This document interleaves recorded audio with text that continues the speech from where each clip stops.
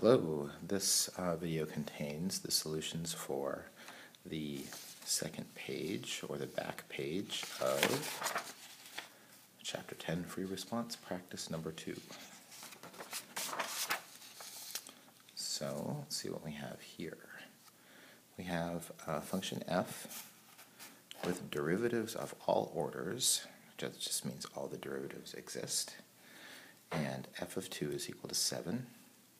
And when n is odd, the nth derivative of x at 2 is 0. When n is even, and n is greater than or equal to 2, then the nth derivative, in other words, all the even derivatives of f at x equals 2, is given by this.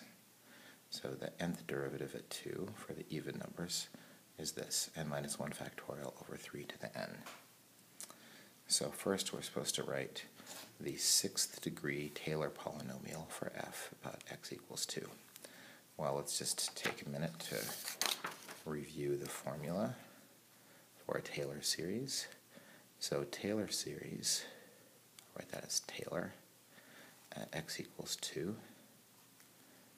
is equal to f of 2 plus the first derivative at 2 times x minus 2 plus the second derivative at 2 times x minus 2 squared over 2 factorial plus the third derivative at 2 times x minus 2 cubed over 3 factorial, and so on. So that's the recipe for making a Taylor series, and we're going to use that here. Notice in this particular case, they told us that all of the odd derivatives are 0. So we're only going to get that f of 2, which they gave us, that's 7, and then all of these even ones. So let's see if we can write that. So for part A, we have I'm going to write it as the Taylor series. Maybe I'll write it at x equals 2 down here. Is equal to f of 2 plus, and then I'm jumping right to the second derivative because all the odd ones are 0. Let's see, when I plug 2 into this, I get 2 minus 1 factorial, which is just 1, over 3 to the 2, 3 squared. I write it as 3 squared so I can see the pattern, and I don't have to simplify these things, so that's fine, times x minus 2 squared over 2 factorial. Remember, this is the second degree term. And then after that, we jump to the 4th degree term, because the third will be have a 0 derivative, right? When n is odd, the nth derivative is 0. So the 4th one will be 4 minus 1 factorial. I guess I could write this as 1 factorial just to see the pattern a little bit better. 3 factorial over 3 to the 4th times x minus 2 to the 4th over 4 factorial. Right? And then the last term is going to be, looks like these are going up by odd numbers, so 6 minus 1, that's 5 factorial over 3 to the 6th times x minus 2 to the 6th over 6 factorial. There it is in all of its beauty, the 6th degree Taylor polynomial for whatever this function f is. Right. Now part B, in the Taylor series for f about x equals 2, what's the coefficient of x minus 2 to the 2n? Well, let's see if we can do that. So when this is 2n, what do we have here? So if that was 2n, then we have here, this factorial is always 1 less than that power, right? So I'd have 2n minus 1 factorial, right, over 3 to the 2n, right, that's always the same as that power, over, or times 1 over 2n factorial, right? That's just sort of following the pattern, following that recipe. If you wanted to simplify, you could. You can leave it like that, that's fine. But since that's 2n minus 1 factorial, that's 2n factorial, that's actually equal to 1 over. All of this factorial will cancel out everything except for the 2n on the bottom. So it's 3 to the 2n times 2n. But this is fine like that. You get full points for that. All right, and then last, find the interval of convergence and show the work that leads to your answer. Well, we need this, right? So the nth term, or the 2nth term,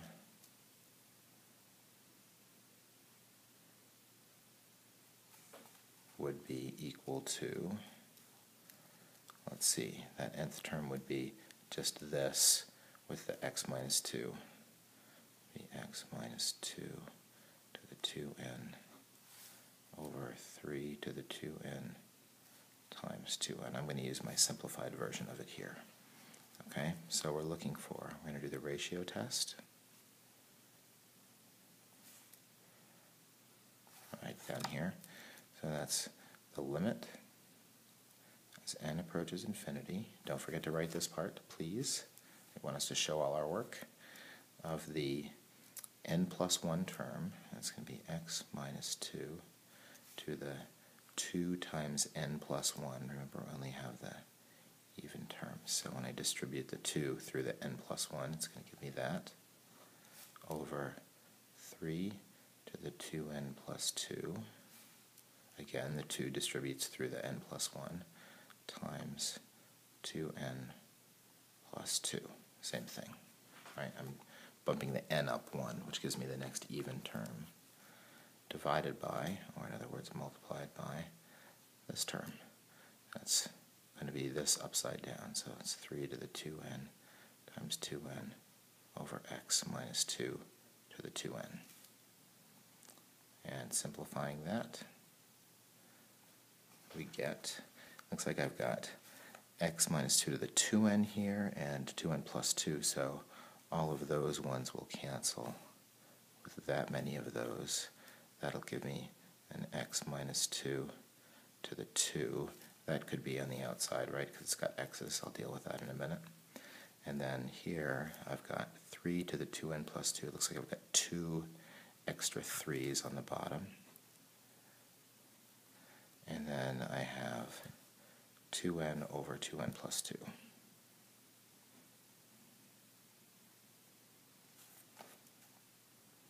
Right?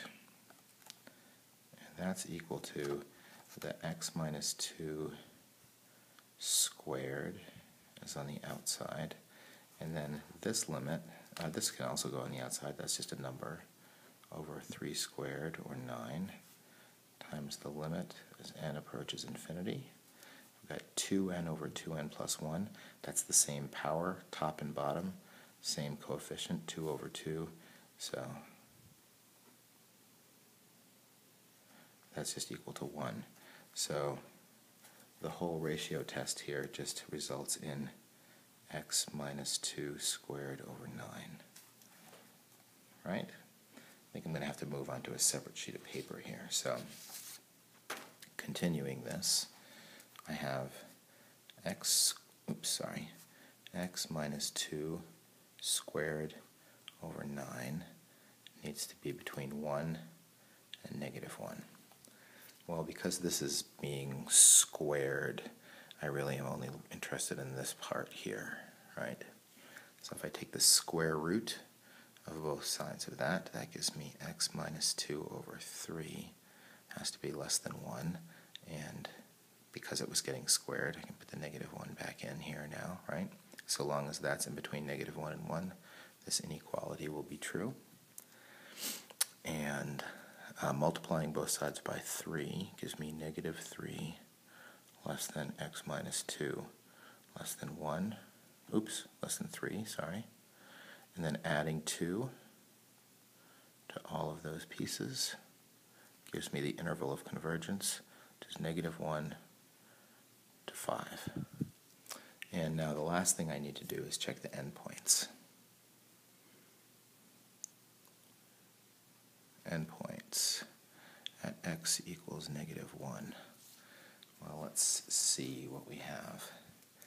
We have the series is the sum from n equals, it really doesn't matter what happens at the beginning of the series, so we really only care about these even terms, like the fact that there's a 7 at the beginning. As long as all this converges, 7 plus all this converges, right? So what do my general terms look like again? It's x minus 2 to the 2n over 3 to the 2n times 2n. That's my simplified version. Now, when I plug negative 1 into this, I get negative 3 on the top.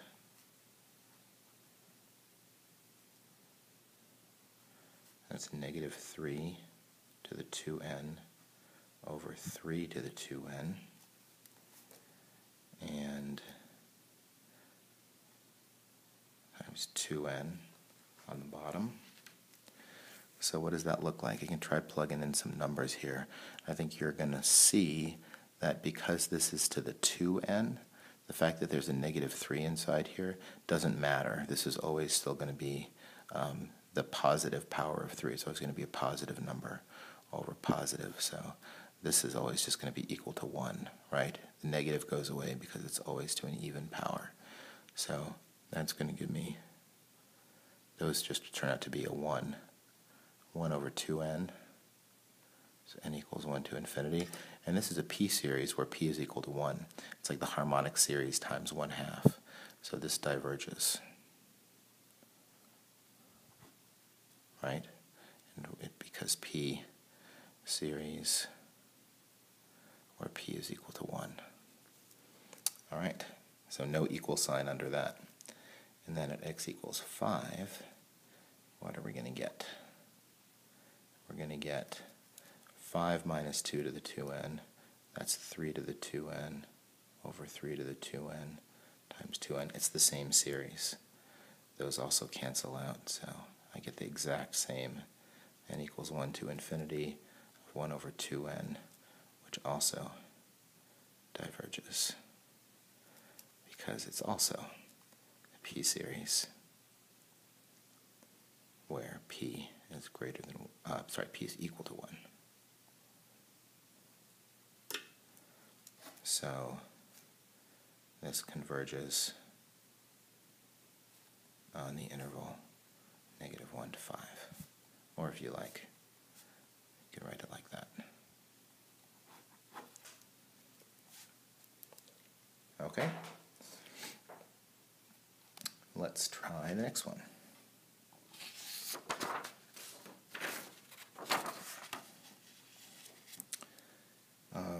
All right. Taylor series for about x equals 0 for a certain function converges to f of x for all x in the interval of convergence. Well, that's an odd thing to say. Of course, that's the definition of interval of convergence, so that basically says nothing.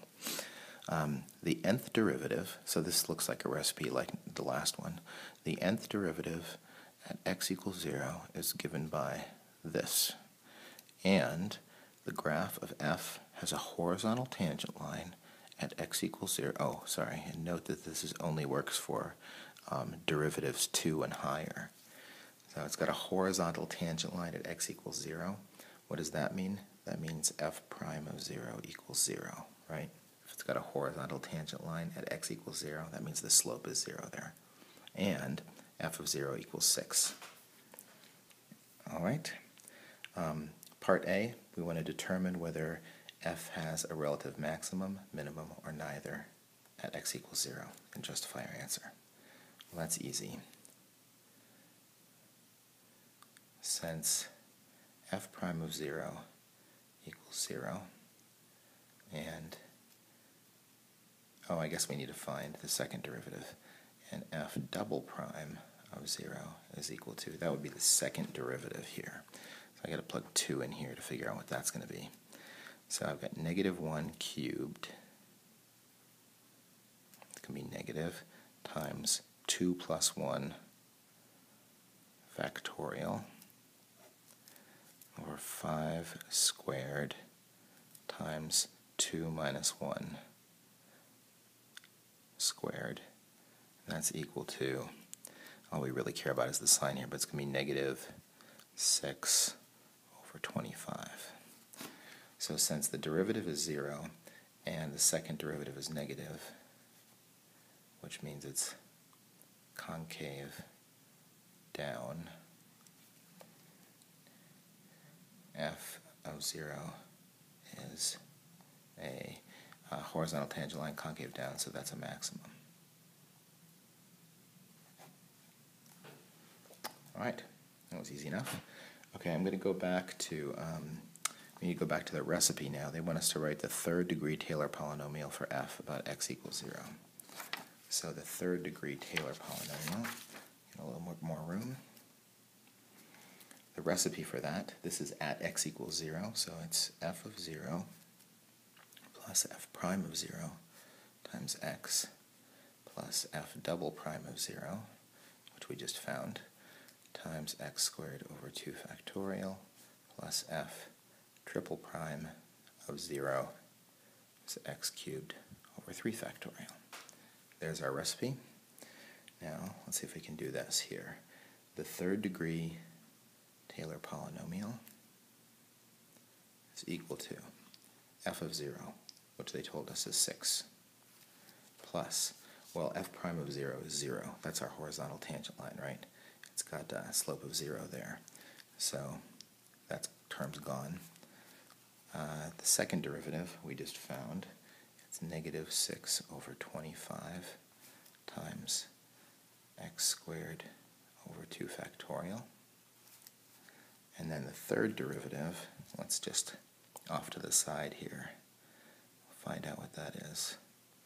The third derivative is equal to what we get when we plug 3 in this crazy formula. So it's -1 to the 4th, n plus 1, times n plus 1 factorial over 5 to the n. Remember, n is 3 here, and then 3 minus 1 squared.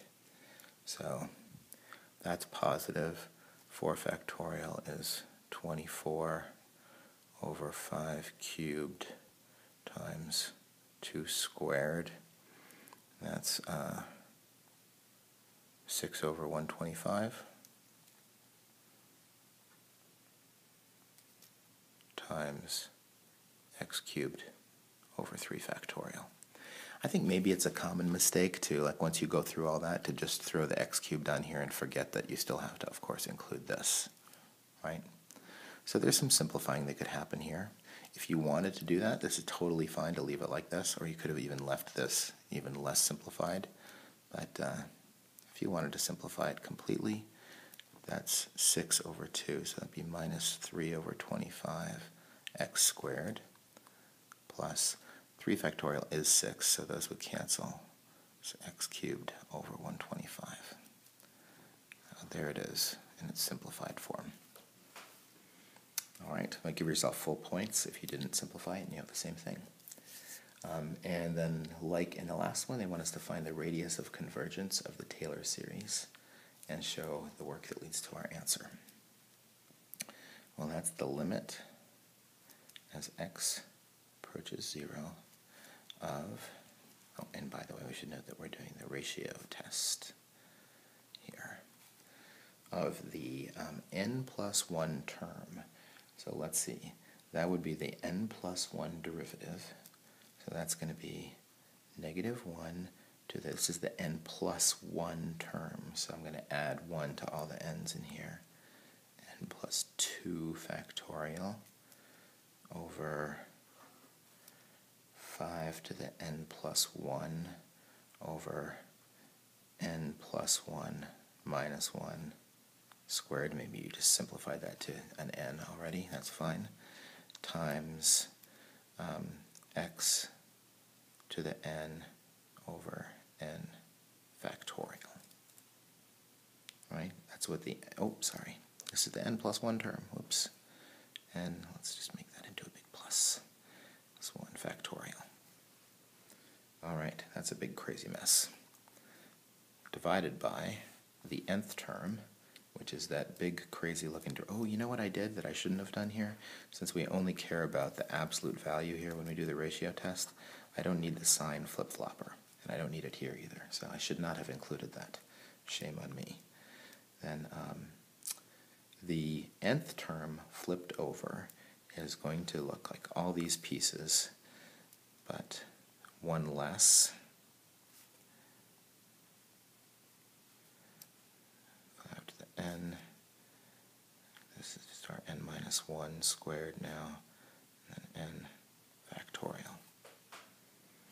All right, let's see if we can do some simplifying now. The x's, I have one extra x on the top, and that's it. I can go ahead and, oops, that should be an n there. Go ahead and bring that x to the outside because it does not belong inside the limit. And then, so those are taken care of. Then here we have n plus 2 factorial over n plus 1 factorial, so all those cancel out everything except for the n plus 2 there. And those are taken care of. Then I've got, this is just n squared on the bottom, right? And n minus 1 squared on the top. And then I have n factorial and an n plus 1 here, so gives me just an n plus 1 on the bottom. Those canceled out. And I took care of that, didn't I? And then I have one extra 5 on the bottom. Now that 5 can also go out, right? That's just a constant. So I could say that's x over 5. And then all of this stuff now, if you look at what we've got going on here, this is just a pre-calculus limit. At n plus 2 times n minus 1 squared. Well, that's an n cubed on the top. And then the bottom I've got n squared times n plus 1. That's also an n cubed. It's going to be just n cubed over n cubed. Coefficients are the same. They're both 1. So that whole limit is just equal to 1. That's x over 5. So that means that negative 1, that x over 5 must be in between those. So my interval of convergence is from negative 5 to 5. And now we just have to check the endpoints.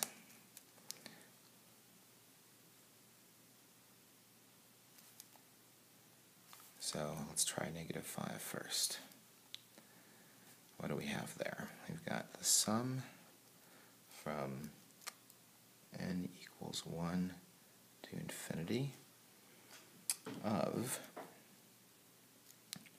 let's see, negative 1 to the n plus 1, so it is going to alternate, times n plus 1 factorial over 5 to the n for n minus 1 squared times x to the n over n factorial. Right, now notice that to simplify what this term is, we could do that, right? Because I'm going to write out a few terms to try to see what the heck's going on here. When I plug in negative 5 here,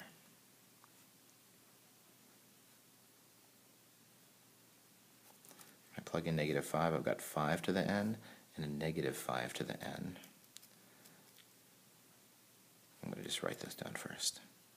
And then, so 5 to the, negative 5 to the n over 5 to the n, that is going to alternate, right? That's going to be like, sometimes this will be positive, sometimes this will always be positive. So negative 5 over 5, they're both the same power.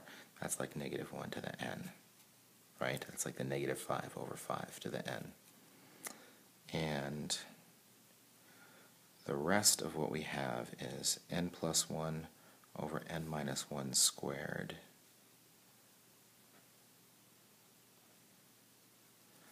Okay, now this is always equal to 1, right? Notice that these are offset by 1, so when one of them's positive 1, the other will be negative 1, and vice versa. So that is just equal to 1. Those basically cancel each other out. And this, by the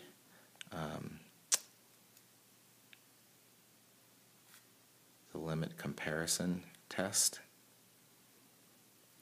what do you think this behaves like? Well, it's n to the first power on the top and n squared on the bottom. This is like a p-series with p equal to 1, right? Because it's n to the first over n squared. So that, since it's not alternating, it's just a 1 there, this diverges. So no equal sign under the negative 5. That was kind of crazy. And then maybe we have a better idea what's going to happen here. N equals 1 to infinity. I'm going to have my negative 1 to the n plus 1. And then all the same stuff is going to happen here. I've got my n plus 1 over n minus 1 squared. I've got, this time I'm plugging in 5. So I have 5 to the n over 5 to the n. Those cancel out. And this is equal to a series where the terms are going to 0, terms are approaching 0, and it's alternating. Right, our negative 1, that did not cancel out with anything this time. So this converges.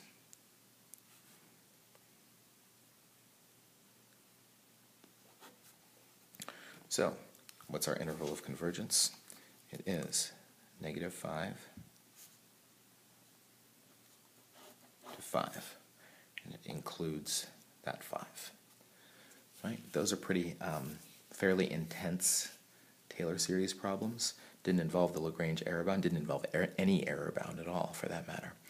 But those were, working at a pretty good clip. Those took almost 15 minutes apiece, so no time for resting there. All right, good job.